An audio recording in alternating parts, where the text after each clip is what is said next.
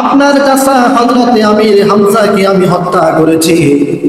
ওগো আল্লাহর হাবিব, ওগো বিশ্ব নবী, আমি যদি কালেমা পড়ে মুসলমান হয়ে যাই তাহলে আমার কি হবে?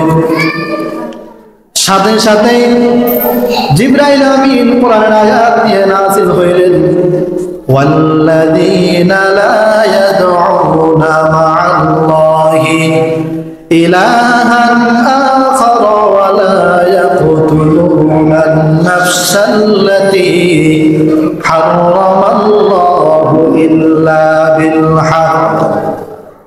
আয়াতের অর্থ হচ্ছে, আল্লাহ ছাড়া যদি কোনো ব্যক্তি ভিন্ন কোনো খোদার ইবাদত করে, আর যদি কোনো ব্যক্তি অন্যায়ভাবে কোনো মানুষ হত্যা করে, আল্লাহ রাব্বুল আলামিন তাকে ক্ষমা করবেন না। এই আয়াত যখন নাযিল হইল, ওয়াহশী বুঝতে পারলেন আমি তো এতদিন পর্যন্ত এক আল্লাহ ছাড়া ৩৬০ খোদার ইবাদত করেছি, অন্যায়ভাবে আল্লাহর হাবিবের চাচা হযরতে আমির হামজাকে শহীদ করেছি। অতএব জিবরাইল কোরআনের আয়াত নাযিল করে জানাইয়া দিল, আমি ওয়াহশীর কোনো ক্ষমা নাই, আমার আর ইসলাম গ্রহণ করা হবে না। ওয়াহশী আর ইসলাম গ্রহণ করে না। জিবরাইল আমিন আবার আয়াত নিয়ে নাযিল করলেন, ইল্লা মান তাবা ওয়া আমানা ওয়া আমিলা আমালান সালিহান ফাউলাইকা ইউবাদদিলুল্লাহু সাইয়্যাতিহিম হাসানাত। আয়াতের অর্থ হচ্ছে, যদি কোনো মানুষ তাওবা করে, ঈমান আনে, আর নেক আমল করে, আল্লাহ রাব্বুল আলামিন তাকে মাফ করে দিবেন। এবার ওয়াহশী বুঝতে পারলেন, আমি যদি তাওবা করি, ঈমান যদি আমি নিয়ে আসি, আর যদি আমি নেক আমল করি, আল্লাহ রাব্বুল আলামিন আমাকে মাফ করে দিবেন। কিন্তু ওয়াহশী মনে মনে ভয় করতেছেন, সারাটা জীবন আমি কাটাইয়া দিলাম মূর্তি পূজার পিছনে, সারা জীবন কেটে গেল, জানি না আর কয়দিন আমি বাঁচবো। যদি আমি নেক আমল না করতে পারি আমার কি হবে? ইসলাম গ্রহণ করার কয়েকদিন পরে যদি আমার ইন্তেকাল হয়ে যায়, তাহলে আমি নেক আমল কিভাবে করব? ওয়াহশী কালিমা পড়ে না। জিবরাইল আমিন আবার আয়াত নাযিল করলেন, ইয়া ইবাদিয়াল্লাযীনা আসরাফু আলা আনফুসিহিম লা তাকনাতু মির রাহমাতিল্লাহ। আয়াতের অর্থ হচ্ছে, আমার বান্দারা, তামাম জীবন, তামাম পৃথিবী সমপরিমাণ যদি তোমরা গুনাহ করো, তাহলে আমি আল্লাহ রাব্বুল আলামিনের রহমত থেকে তোমরা নিরাশ হইবা না। তোমাদের গুনার চাইতে আমি আল্লাহর রহমত অনেক বড়, অনেক বড়। ওয়া রাহমাতি ওয়াসিআত কুল্লা শাই। বান্দা, তোমার গুনার চাইতে আমি আল্লাহ রাব্বুল আলামিনের রহমত তামাম পৃথিবী ব্যাপ্ত। সুবহানাল্লাহ। এই আয়াত যখন নাযিল হইল, এরপর ওয়াহশী ভাবলেন, তাহলে বোঝা গেল আল্লাহ রাব্বুল আলামিন আমাকে মাফ করে দিবেন। ওয়াহশী কাঙ্গালের বেশে, আসামির বেশে আল্লাহর হাবিবের সামনে আসলেন। ইয়া রাসূলুল্লাহ, ইয়া হাবিবাল্লাহ, এই পৃথিবীর জমিনে আমার চাইতে অপরাধী আর কোনো ব্যক্তি নাই। আমি আপনার চাচা হযরতে আমির হামজা মতো ব্যক্তিকে শহীদ করেছি। ওগো আল্লাহর নবী, ওগো বিশ্ব নবী গো, এখন আমি যদি কালেমা পড়ে মুসলমান হয়ে যাই, একটা কথা আমি আপনার কাছে জানতে চাই, কালেমা পড়ে মুসলমান হওয়ার পরে আপনি আপনার চাচা হযরতে হামজার হত্যার প্রতিশোধ আমার থেকে নেবেন কিনা, একটু আমাকে বলেন। আল্লাহর নবী জানায় দিলেন, আল ইসলামু ইয়াহদিমু মা ক্বাবলাহু। যদি কোনো ব্যক্তি ইসলাম গ্রহণ করে, তাহলে ইসলাম গ্রহণের পূর্বে তার জীবনের যত গুনাহ আছে, আল্লাহ রাব্বুল আলামিন তার জীবনের সব গুনাহগুলো মাফ করে দেন। সুবহানাল্লাহ। কালেমা পড়ে মুসলমান হয়ে যাও। নবী বললেন, আমি আমার চাচা হযরতে হামজার প্রতিশোধ তোমার থেকে নিব না, তুমি কালেমা পড়ে মুসলমান হয়ে যাও। ওয়াহশী চোখের পানি ছেড়ে দিয়ে ডাক দিয়া বললেন, ইয়া রাসূলুল্লাহ, ইয়া হাবিবাল্লাহ, তাওরাত কিতাবের মধ্যে পড়েছি শেষ জামানার নবী তিনি আসবেন, তিনি মানুষকে ক্ষমা করে দেবেন, তার মহান আদর্শ হবে তিনি মানুষকে ক্ষমা করে দেবেন। আপনি আমাকে যেহেতু ক্ষমা করে দিয়েছেন, আর এক সেকেন্ড আমি যদি করতে চাই না, লা ইলাহা ইল্লাল্লাহু মুহাম্মাদুর রাসূলুল্লাহ সাল্লাল্লাহু আলাইহি ওয়াসাল্লাম। ওয়াহশী কালেমা পড়ে মুসলমান হয়ে গেলেন। আল্লাহ রসুলের একটা আদর্শ শুধুমাত্র তিনি মানুষকে মাফ করে দেন। বিশ্বনবী মক্কার সব মানুষকে মাফ করে দেওয়ার সাথে সাথে মক্কার সব মানুষ মুসলমান হয়ে গেল। ওয়াহশীর মতো এত বড় এক কাফের আল্লাহর নবী তাকেও মাফ করে দিলেন, সেও মুসলমান হয়ে গেল। সুবহানাল্লাহ। সহিহ বুখারী শরীফের মধ্যে এসেছে, রাসূল করিম সাল্লাল্লাহু আলাইহি ওয়াসাল্লাম একদিন সাহাবায়ে কেরামকে নাজ নামক একটা এলাকায় পাঠালেন যুদ্ধ করার জন্য। সাহাবায়ে কেরাম ওই এলাকায় যুদ্ধ করে আসার সময় একজন দাগী আসামি, একজন অমুসলিম কাফের যে হাজারো মুসলিমকে হত্যা করেছে, নাম ছিল তার সুমামা। এই সুমামাকে সাহাবায়ে কেরাম ধরে নিয়ে আসছে।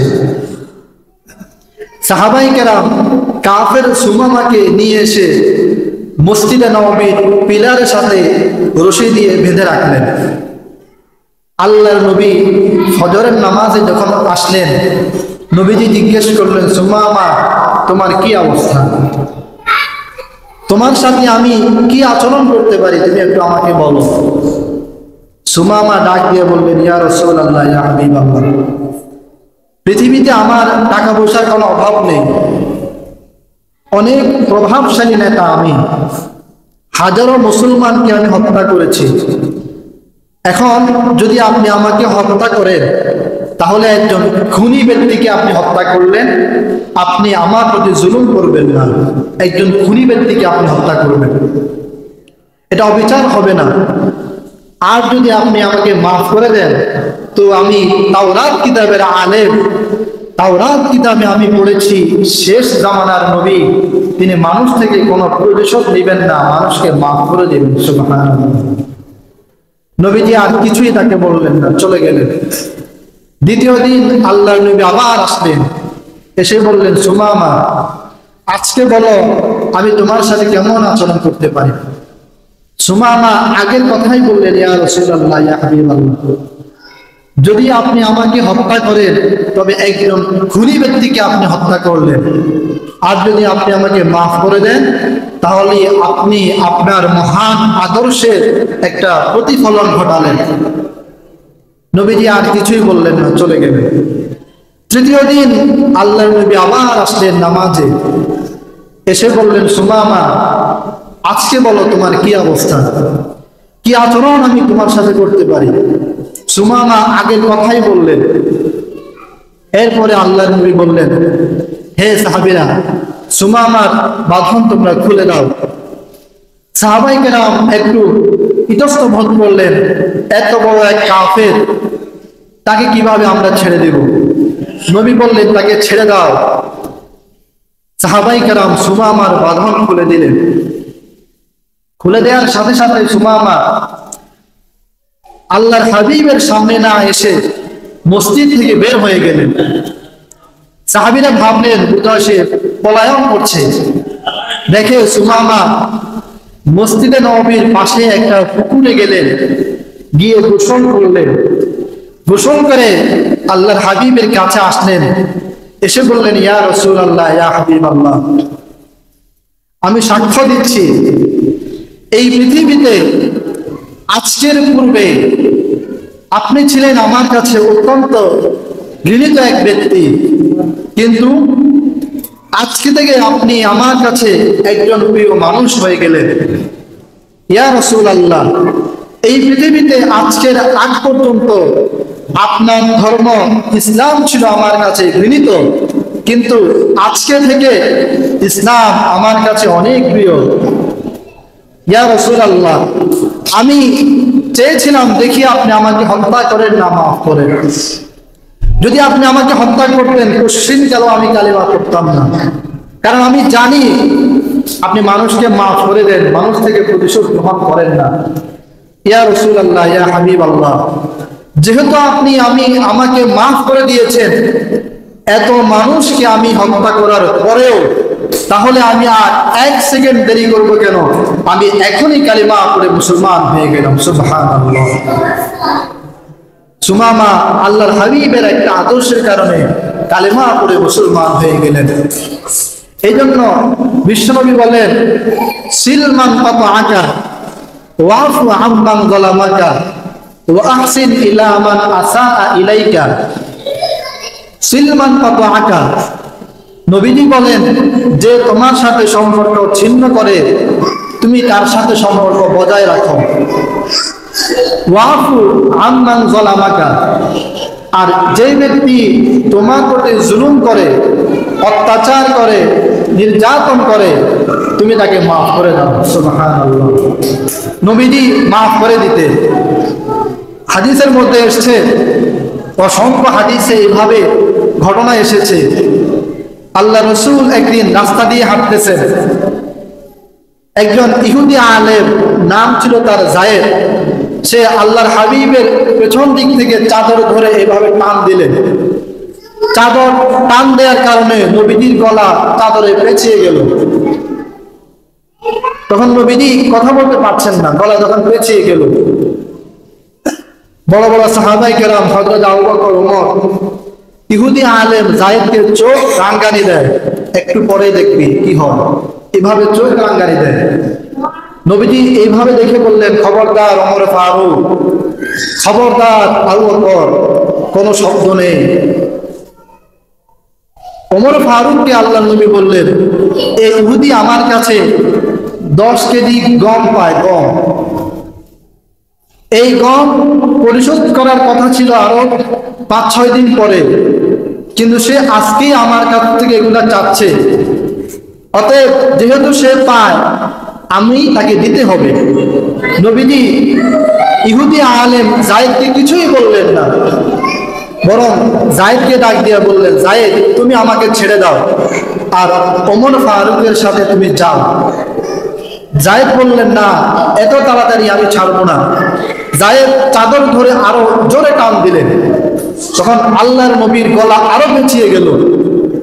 এরপরে আল্লাহর হাবিব হযরত ওমরকে বললেন, ওমর, যাও কোষাধ্যক্ষ থেকে, যেখানে গুদামঘর থেকে তুমি, সে আমার কাছে 10 কেজি গম পায়, তুমি তাকে 10 কেজি মেপে দিয়ে আরো 10 কেজি বাড়িয়ে দাও। সুবহানাল্লাহ। যায়েদকে হযরত ওমর ফারুক গম মেপে দিচ্ছেন। যখন 10 কেজি মাপা হয়ে গেল, যায়েদ বললেন, আর লাগবে না। ওমর ফারুক বললেন, না, বিশ্বনবী বলেছে তোমাকে 20 কেজি দেওয়ার জন্য। তখন যায়েদ বললেন, না, আমাকে 20 কেজি দিতে হবে না, আমার যে পাওনা 10 কেজি এটাও আমি নিব না।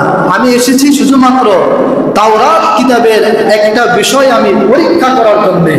তাওরাতে পড়েছি আল্লাহর হাবিবের মহান আদর্শ হবে, তিনি মানুষকে মাফ করে দিবেন। নবীজির চাদর ধরে আমি এত জোরে টান দিলাম, এরপরও নবীজি আমাকে কিছুই বললেন না, একটা মন্দ শব্দ বললেন না। এমন মহান নবীর মহান আদর্শ মানুষকে ক্ষমা করে দেয়া আমাকে অনুপ্রাণিত করেছে। আমি আর 1 সেকেন্ড দেরি করব না, গমও নিব না, গম নেওয়ার জন্য আমি আসি নাই। ইহুদি আলেম যায়েদ আল্লাহর হাবিবের কাছে গিয়ে মুসলমান হয়ে গেলেন। সুবহানাল্লাহ। এই জন্য মহান রব্বুল আলামিন বলেন, আল্লাযীনা ইউনফিকুনা ফিস সাররাই ওয়াদ দাররা ওয়াল কাযিমিনাল গায়যা ওয়াল আফিনা আনিন নাস। যারা গোপনে প্রকাশ্যে আল্লাহর রাস্তায় দান করে, ওয়াল কাযিমিনাল গায়যা, আর যারা নিজেদের রাগ গোসাকে নিয়ন্ত্রণ করতে পারে। ওয়াল আফিনা আনিন নাস, আর যারা মানুষকে ক্ষমা করে দেয়, মানুষ থেকে প্রতিশোধ নেয় না, আল্লাহ পাক বলেন ওয়াসাইউ ইলা মাগফিরাতিম মির রাব্বিকুম ওয়া জান্নাতিন, আল্লাহ পাক রব্বুল আলামিন তাদেরকে জান্নাতে প্রবেশ করাবেন। সুবহানাল্লাহ। মুহতারাম হাজিরিন, আজকে আমরা রাসূল করিম সাল্লাল্লাহু আলাইহি ওয়াসাল্লামের একটা আদর্শ, মানুষ থেকে প্রতিশোধ না নেয়া, মানুষকে মাফ করে দেয়া, এই আদর্শ নিয়ে আমরা আলোচনা করলাম। আল্লাহ রাব্বুল আলামিন এই আদর্শকে আমাদের সকলকে ধারণ করার তৌফিক দান করুন। মরদুদ है पीछे हमें खबर नहीं लेकिन,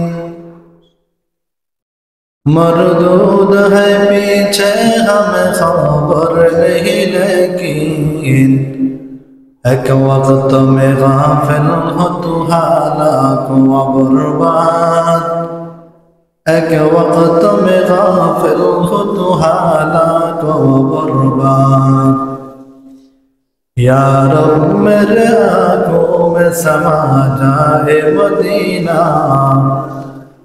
या रब मेरे आँखों में समा जाए मदीना, मुद्दत से मेरे दिल में तमन्ना है मदीना, मुद्दत से मेरे दिल में तमन्ना है मदीना, क्या खूब गुलिस्ता में मोहम्मद है जहाँ में, क्या खूब गुलिस्ता में मोहम्मद है जहाँ में, यारान नबी सार है गुलहाए मदीना, यारान नबी सार है गुलहाए मदीना। अल्हम्दुलिल्लाह, शुक्र गुजार महान रब्बुल आलमीन दरबारे, যে মহান রব্বুল আলামিন আজকে আমাদেরকে পবিত্র জুমার নামাজে বসার তৌফিক দান করেছেন, কিছু কথা বলার এবং শোনার মতো তৌফিক দান করেছেন। এই জন্য সবাই বলছি আলহামদুলিল্লাহ। লক্ষ কোটি দুরূদ সালাম সর্বকালের সর্বশ্রেষ্ঠ মহামানব নবী মুহাম্মদুর রাসূলুল্লাহ সাল্লাল্লাহু আলাইহি ওয়াসাল্লামের উপর, হযরতে সাহাবায়ে কেরাম, হযরতে শুহাদায়ে কেরাম, ওনাদের জন্য জান্নাতুল ফিরদাউস কামনা করে আজকে জুমার আলোচনার দিকে আমরা এগিয়ে যাচ্ছি। ওমা তাওফীকি ইল্লা বিল্লাহ। মুহতারাম হাজিরিন, আজকে জুমায় আমরা রাসূল করিম সাল্লাল্লাহু আলাইহি ওয়াসাল্লামের একটা আদর্শ নিয়ে আলোচনা করব। শুধুমাত্র একটা আদর্শ, আল্লাহর হাবিবের একটা আদর্শ নিয়ে আজকে আমরা আলোচনা করব। এই পৃথিবীর মধ্যে মহান রব্বুল আলামিন তিনজন নবীকে তিনটা আদর্শ দান করেছিলেন। হযরতে মূসা নবীকে দান করেছিলেন খুলুকে হাসান। খুলুকে হাসান এর অর্থ হচ্ছে সুন্দর চরিত্র, অর্থাৎ হযরতে মূসা নবী এবং ওনার শরীয়তে কেউ যদি কারো প্রতি জুলুম করত, অত্যাচার করত, নির্যাতন করত, তখন এর পাল্টা জবাব দিতে হতো। কেউ যদি কারো প্রতি জুলুম করে তাকে মাফ করে দেওয়ার কোনো সুযোগ ছিল না। এটা হচ্ছে খুলুকে হাসান হযরতে মূসা নবীর। হযরতে ঈসা নবীকে আল্লাহ পাক দান করেছিলেন খুলুকে কারীম, সম্মানিত চরিত্র। এটা কেমন ছিল? হযরতে ঈসা নবী এবং ওনার শরীয়তে কেউ যদি কারো প্রতি জুলুম করত, নির্যাতন করত, তাহলে যার প্রতি জুলুম করা হয়েছে তার কোনো অধিকার ছিল না সেই জুলুমের বদলা নেওয়ার, বরং তার একটাই পথ ছিল তাকে মাফ করে দেয়া। তাহলে দুই নবীর দুইটা অবস্থা। মূসা নবীর শরীয়তে কেউ জুলুম করলে মাজলুম ব্যক্তির উপর ওয়াজিব ছিল সেই জুলুমের বদলা নেওয়া। আর ঈসা নবীর শরীয়তে কেউ যদি জুলুম করে তাহলে মাজলুম ব্যক্তির কোনো অধিকার ছিল না সেই জুলুমের বদলা নেওয়া। এরপরে আল্লাহ পাক রব্বুল আলামিন আমাদের নবীকে দান করেন খুলুকে আজিম, মহান চরিত্র।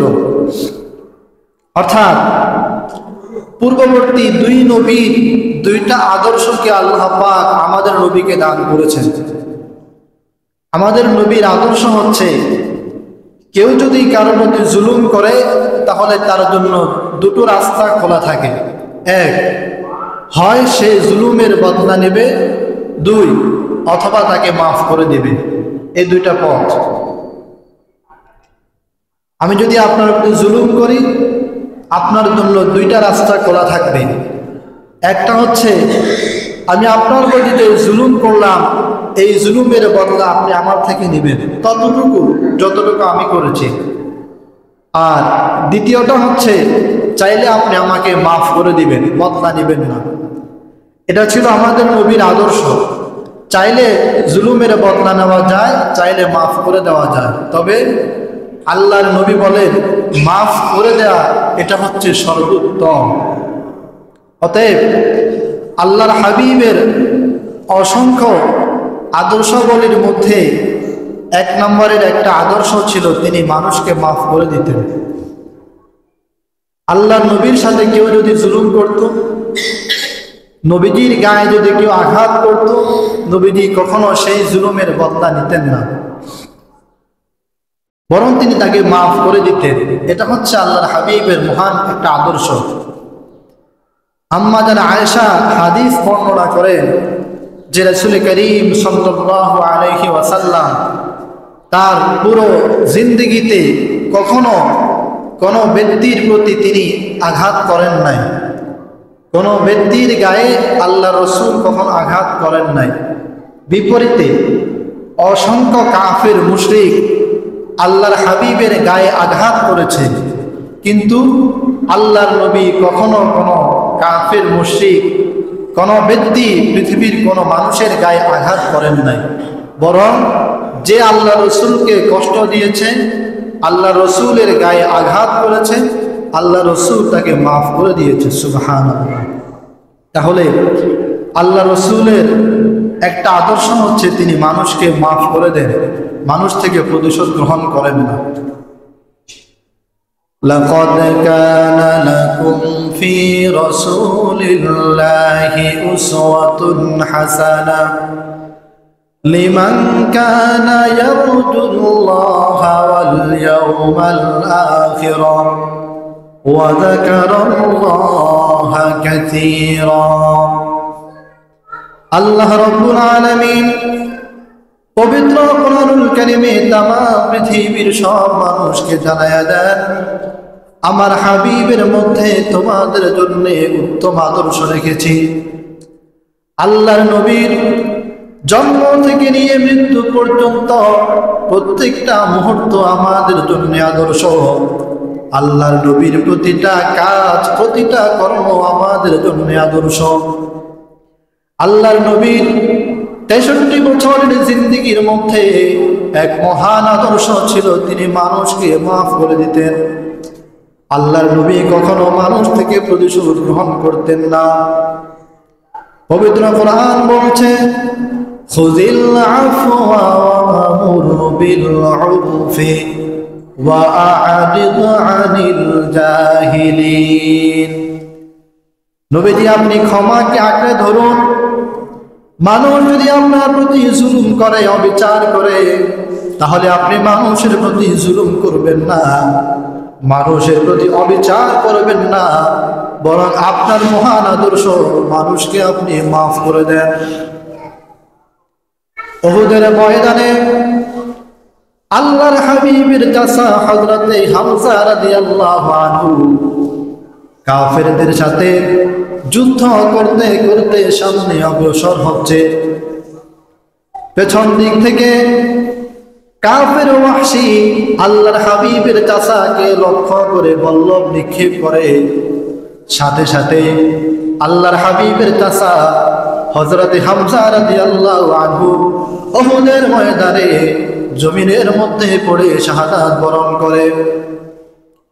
এরপর ওয়াহশী আল্লাহর হাবিবের চাচা হযরতে হামজাকে হত্যা করার পরে হযরতে হামজার চোখগুলো খুলে ফেলে, দুইটা কান কেটে ফেলে, হাত কেটে ফেলে, হাতের আঙ্গুলগুলো কেটে ফেলে, পায়ের আঙ্গুলগুলো কেটে ফেলে, শরীরের প্রত্যেকটি অঙ্গ প্রত্যঙ্গ ওয়াহশী আমির হামজার কেটে ফেলে। এরপরে হযরতে আমির হামজার বুক ছিঁড়ে ওয়াহশী কলিজা বের করে চিবিয়ে চিবিয়ে খায়। অষ্টম হিজরিতে আল্লাহর নবী যখন মক্কা বিজয় করেন, আল্লাহর নবী যখন মক্কা বিজয় করলেন, তামাম মক্কাবাসী ভীত সন্ত্রস্ত হয়ে গেল। না জানি আল্লাহর হাবিব আজকে আমাদের প্রতি কি অত্যাচার করে, কি নির্যাতন করে। মক্কার জিন্দেগিতে কাফের মুশরিকেরা আল্লাহর হাবিবের প্রতি যে অত্যাচার জুলুম নির্যাতন করেছে, কাফেররা ভয় করতেছে এত বছর পর্যন্ত মুসলমানদের উপর জুলুম নির্যাতন করলাম, এখন যদি আল্লাহর হাবিব আমাদের থেকে প্রতিশোধ গ্রহণ করে তাহলে আমাদের অবস্থা কি হবে। কাফেররা কেমন জুলুম নির্যাতন করেছে। একদিন আল্লাহর নবী মক্কার প্রান্তরে দাঁড়িয়ে দাঁড়িয়ে নামাজ আদায় করতেছেন। আল্লাহর নবী রুকুতে গেলেন, সেজদায় যখন আল্লাহর নবী গেলেন, আবু জাহেল ওটের নাড়ি ঘুড়ি আল্লাহর হাবিবের মাথার উপর চাপিয়ে দেয়। বিশ্বনবী মাথা উঠাতে পারেন না। হযরতে ফাতেমা দৌড়ে এসে মানুষজনকে চিৎকার করে ডাক দিল। হযরত আবু বকর সব সাহাবায়ে কেরাম এসে আল্লাহর হাবিবের মাথা থেকে ওটের নাড়ি ভুঁড়ি সরিয়ে ফেললেন। এরপরে আল্লাহর নবী সুন্দরভাবে বসলেন। কাফেররা কেমন নির্যাতন করেছে। আল্লাহর হাবিবের সাহাবী হযরতে খাব্বাবের নাতি একটি নোনার পিঠ চিরুনি দিয়ে আছড়িয়ে দিচ্ছে। দেখে পিঠের মধ্যে অনেকগুলো গর্ত। নাতি জিজ্ঞেস করে, এগুলো কিসের গর্ত?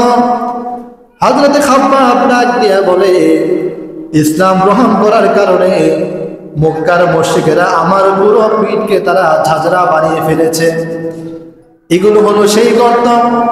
লোহা দিয়ে মক্কার মুশরিকেরা আমার পিঠকে তারা ছিদ্র ছিদ্র করে ফেলেছে। এমন অত্যাচার নির্যাতন মক্কাবাসী করেছে। আল্লাহর নবী যখন মক্কা বিজয় করলেন, সব কাফেররা ভয়ে ভীত সন্ত্রস্ত হয়ে গেল। আল্লাহর নবী মক্কায় দাঁড়িয়ে পুরো মক্কাবাসীর উদ্দেশ্যে ঘোষণা দিলেন, কোনো ভয় পাওয়ার কারণ নাই। এত বছর পর্যন্ত মুসলমানদের প্রতি মক্কাবাসী যে জুলুম নির্যাতন করেছে, যে অত্যাচার করেছে, সব অত্যাচার ভুলে গিয়ে আমি নবী মুহাম্মদুর রাসূলুল্লাহ তামাম মক্কাবাসীকে মাফ করে দিলাম। মাফ করে দিলাম। কত সাহাবীকে তারা হত্যা করেছে, কত সাহাবীকে তারা আহত করেছে, আল্লাহর নবীর গায়ে কত আঘাত করেছে। এরপরও আল্লাহর নবী বললেন সবাইকে মাফ করে দিলাম। সুবহানাল্লাহ। আল্লাহর নবী যখন মাফ করে দিলেন, তামাম মক্কাবাসী দলে দলে বিভক্ত হয়ে গেল। সবাই পরামর্শ করতেছে, এত বছর পর্যন্ত মুসলমানদের প্রতি জুলুম নির্যাতন করেছি, এরপরও আল্লাহর নবী আমাদেরকে মাফ করে দিয়েছে, আল্লাহর হাবিব আমাদের থেকে প্রতিশোধ গ্রহণ করেন নাই। এরপরে মক্কাবাসী দলে দলে এসে আল্লাহর হাবিবের সামনে আসলো। ইয়া রাসূলুল্লাহ, ইয়া হাবিবাল্লাহ, ওগো আল্লাহর নবী, ওগো বিশ্ব নবী গো, এত বছর পর্যন্ত আপনাদের প্রতি জুলুম নির্যাতন করেছি, কিন্তু আপনি আমাদেরকে মাফ করে দিলেন। আমাদের ধারণা পাল্টে গেল, আর একটা সেকেন্ড দেরি করতে চাই না। তামাম মক্কাবাসী দলে দলে এসে আল্লাহর হাবিবের হাতে হাত রেখে কালেমা পড়ে মুসলমান হয়ে যায়। সুবহানাল্লাহ। কুরআনুল কারীম বলছে ওয়ারাআইতান নাসা ইয়াদখুলুনা ফি দীনিল্লাহি আফওয়াজা। মক্কার মানুষ দলে দলে আসছে কালেমা পড়ে মুসলমান হওয়ার জন্য। কারণ কি? আল্লাহর হাবিবের একটা আদর্শ, তিনি তাদেরকে মাফ করে দিয়েছেন। এই জন্যে, শুধুমাত্র এই জন্যে পবিত্র কোরআন বলছে ফামান আফা ওয়া আসলাহা ফাআজরুহু আলাল্লাহ ইন্নাহু লা ইউহিব্বুজ জালিমিন। যদি কোনো ব্যক্তি মানুষকে মাফ করে দেয়, মানুষ থেকে যদি প্রতিশোধ গ্রহণ না করে, কাল কিয়ামতের ময়দানে আল্লাহ রাব্বুল আলামিনের কাছে তার জন্য মহা প্রতিদান থাকবে। সুবহানাল্লাহ। মানুষকে মাফ করে দেওয়া। ওই যে আল্লাহর হাবিবের চাচাকে হত্যা করেছে ওয়াহশী, ওই ওয়াহশী মক্কা বিজয়ের দিন আল্লাহর নবী সবাইকে মাফ করে দিয়েছেন, কিন্তু ওয়াহশী তো আল্লাহ রসুলের চাচা হযরতে হামজাকে হত্যা করেছে। এই জন্য ওয়াহশীর মনে শান্তি নাই। ওয়াহশী ভয় করতেছে, না জানি আল্লাহ রসুল কখন আমাকে ধরে, কারণ আমি তো ওনার চাচাকে হত্যা করেছি। এই জন্য ওয়াহশী ভয়ে ভয়ে, কিতাবের মধ্যে এসছে 6 জন কিংবা 17 জন ব্যক্তি, মক্কার বড় বড় নেতা, এরা ভয়ে ভয়ে মক্কার আশপাশে ঘুরতেছে। ওয়াহশী মক্কার আশপাশে ঘুরে আল্লাহর কাছে, আল্লাহর হাবিবের কাছে আসে না। সে ভয় করতেছে, না জানি আল্লাহ রসুল আমার থেকে ওনার চাচার হত্যার প্রতিশোধ গ্রহণ করে। এই জন্যে ওয়াহশী মক্কার আশপাশে রাত্রিভর শুধু ঘুরে আর ঘুরে, বিশ্বনবীর কাছে আসে না। অনেকক্ষণ ঘোরার পরে ওয়াহশী আল্লাহর হাবিবের কাছে একটা চিঠি লিখলেন, ইয়া রাসূলুল্লাহ, ইয়া হাবিবাল্লাহ, আমি আমার ভুল বুঝতে পেরেছি,